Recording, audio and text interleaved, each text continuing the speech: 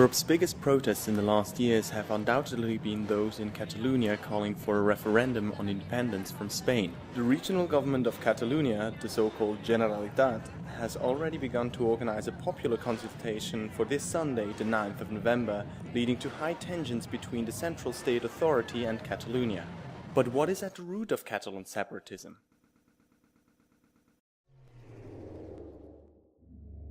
Hello and welcome to the first briefing by El Contexto. In this video, we give you our best attempt at an impartial explanation of Catalan separatism and the current standoff between Catalonia and Spain. Catalonia is one of Spain's autonomous communities in the northeast of the country whose history is partially distinct from that of Spain. Whereas large parts of Spain were historically ruled by the Crown of Castile, officially speaking medieval Spanish, Catalonia was part of the Crown of Aragon, officially speaking Old Catalan. These houses later united through marriage in the late 15th century, which also marked the decline of the use of Old Catalan. Later in the War of the Spanish Succession at the turn of the 17th century, the Catalan nobility sided with the losing House of Habsburg, which led to the abolition of Catalan institutions and to the diminution of the political influence of the city of Barcelona in Spain. Catalonia has ever since been under the control of Spain. Nevertheless, when modern romantic nationalisms evolved in the 19th century in Europe, also in Catalonia familiar nationalist developments took place. The fatherland and history was sung and written about, language was standardized and history was romanticized to attempt to demonstrate a direct connection of the modern nation to its imagined ancient roots. A diverse Catalan nationalism was born, and with it a popular Catalan identity. After the Spanish Civil War, the Franco regime sought to eradicate this identity, first and foremost by prohibiting all expressions of Catalan identity, including its language. After Franco's death in 1975, and with the Spanish transition to democracy until around 1981, Catalonia was converted into one of Spain's 17 autonomous communities. The central state has since bargained with each autonomous community individually about their relationship, leading to a complicated and asymmetrical devolution of power to autonomous communities. Some have more autonomy, some have less. As we will see in this video, the currently strong Catalan separatism is not so much a sudden outburst of romantic nationalism, but rather a conflict escalation of exactly these negotiations between the central state authority in Madrid and the Catalan autonomous community. Now, how Catalans feel about their Catalan identity and their Spanish identity has actually been researched in public opinion polls since around 1979. There is a group which says, I feel Catalan and I do not feel Spanish. These start here and grow a little bit and steadily towards the present. There is another group which says, I do feel somewhat Spanish, but I feel more Catalan. And this group as well grows and grows a little bit until the present.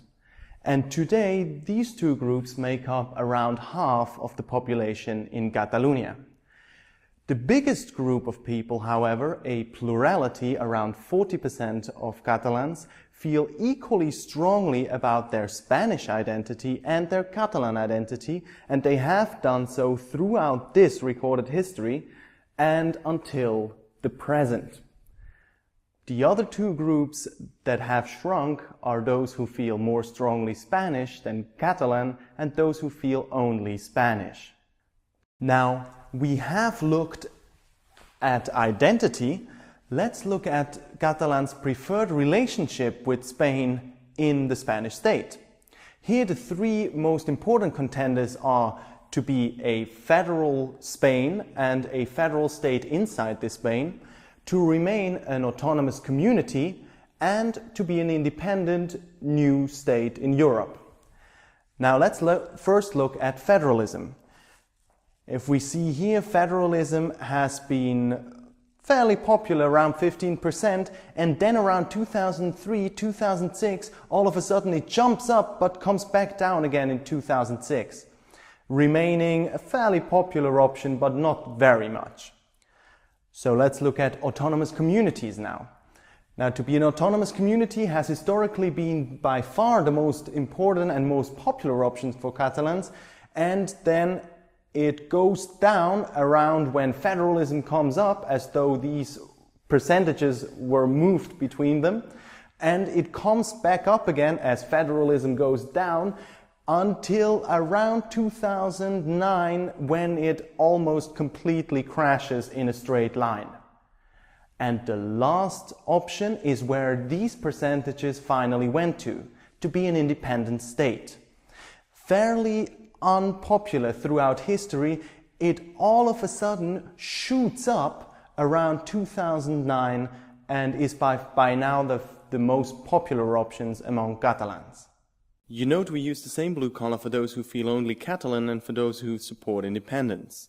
This is because those are strongly related. In one study, 73% of those feeling just Catalan preferred independence, compared to 3% of those feeling just Spanish. Yet they are not the same, and national identity alone does not explain separatism. Not only have identities changed slowly over time, whereas preferences have changed much quicker, but support for federalism and even independence is considerable also among those groups without an exclusively Catalan identity. Why do so many support separatism? The background of this why are two structural features you should keep in mind.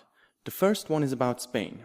If you add up the support people gave to the two main Spanish parties, the conservative liberal PP and the social democratic PSOE, in the 2011 national elections, you realize that those parties absolutely dominate pretty much all of Spain except two regions, the Basque Country and Catalonia, where they aren't even voted by half of the population. Basque and Catalan politics are dominated by regional parties, which means their regional party systems have considerable autonomy from national politics, but also that they are likely to feel underrepresented in Madrid. The second structural feature is in Catalan politics, which is structured mainly along two axes, the left-right axis and the axis of nationalism. But in this landscape there exists an ideological gap. There is a Catalan nationalist center-right party, CiU, like there is a Spanish nationalist center-right party, PP. There is a Catalan nationalist center-left party, Esquerra, but there is no independent Spanish nationalist left-wing party because already in 1978 Catalan socialists formed a federation across the nationalist divide, PSC-PSOE. This has several consequences. First, any opposition to CiU's nation-building programs from Spanish working-class immigrants, PSOE's traditional constituency, had no outlet. Second, CiU uniquely enjoys the privileged position of being able to ally with everybody depending on time and issue. Third, PP's only potential partner is CiU. And fourth, if CiU is opposed to PP, it will inevitably seek support from other parties on the basis of nationalism. Now let's look at what happened. For more detail you can go to our blog. But basically in 2003 and 2004, both in Catalonia and Spain, left-wing governments came to power which both agreed in principle to the idea of more decentralized Spain. They together renegotiated Catalonia's Statute of Autonomy until 2006. The differences in these negotiations were mainly about whether Catalonia can define itself as a nation, how much tax it has to pay, and the status of the Catalan language besides Spanish. These differences persist until today, but at any rate, Catalonia did get its new statute. Only that then PP and others challenged the constitutionality of the new statute before the Constitutional Court, which irritated many Catalans. Additionally, it took the court 4 years to reach a sentence. And when it did rule in June 2010, it said that Catalans may call themselves a nation, but the only nation recognized by law is the Spanish one. That it is unconstitutional to give Catalan preferential status before Spanish, and it stripped two conditionalities the statute put on Catalonia's tax contributions.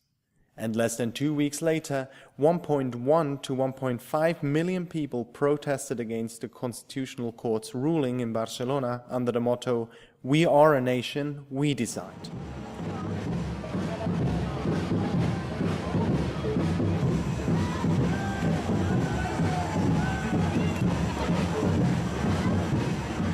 S'ha de participar i és una crida, és la manera de defensar-nos que tenim, democràticament.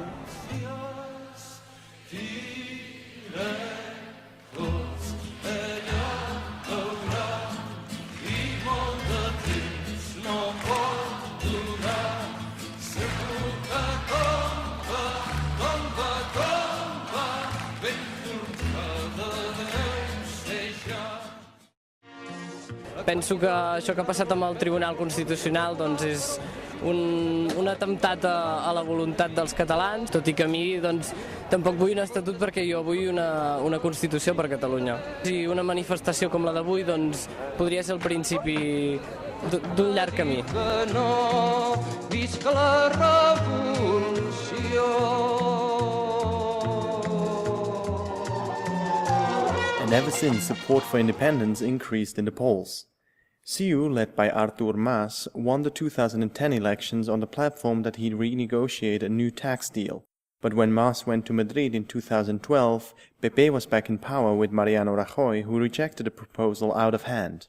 Mas then called for early elections in which Esquerra, which takes bolder unilateral stances on independence, won many votes, and they got Mas to promise to hold a popular consultation on independence. When Mas signed a decree to hold this consultation last month, the central government predictably appealed to the Constitutional Court, which made the consultation illegal. Rajoy threatened that the government is ready to take all means necessary if anybody pretends to hold an illegal consultation. A game of chicken ensued, but eventually Mas gave in and announced an alternative consultation without official voting.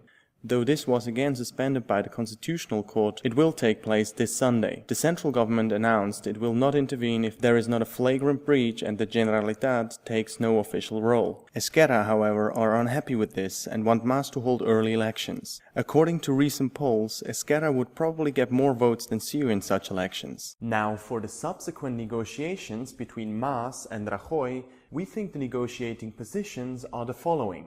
Mas has a highly mobilized independence movement in his back, especially Esquerra. He needs something to defend his negotiations from Esquerra's more and more popular bold unilateral stance. Rajoy, on the other hand, has two reasons why he cannot give Mas that something. First, he's president of Spain during a severe economic crisis. Probably not even PSOE would renegotiate tax agreements right now. But additionally, Rajoy is leader of PP, which defends a vehemently centralist Spanish nationalism. Rajoy thus hides behind the constitution while claiming the constitution could be changed. This is theoretically true, but politically virtually impossible because of his own very party. So the reason why consultations are so important is that a democratic vote is the only thing that Rajoy couldn't ignore. With this, Mas is seeking democratic legitimacy to force Rajoy to negotiate, whereas Rajoy tries to deny him exactly that. But this game can't go on forever. If Mas runs out of options, he'll likely call for re-elections, which will probably bring Esquerra to power. So it doesn't seem to be in Rajoy's interest to leave Mas hanging out in the open like this. However, in this he probably has the following hope, and this is only speculation on our side, that even if Mas runs out of options, calls early elections, and even if Esquerra wins these elections, Rajoy hopes, from his point of view, that then the independence movement would lose some of its unity that it now has under Mas, especially when Esquerra moves on to take bolder stances at the negotiation table. Thank you very much for watching this El Contexto briefing. In this video, we tried to give you an impartial explanation of this topic. If you think we failed, or we didn't do a good job, or if you would like to clarify a point, you can write us a dissenting opinion via email. Find more about that here. If you would like to vote on the next topic that we should cover, you can go to our website and do that, and you can find more about that here. Thanks for watching again, and see you next time.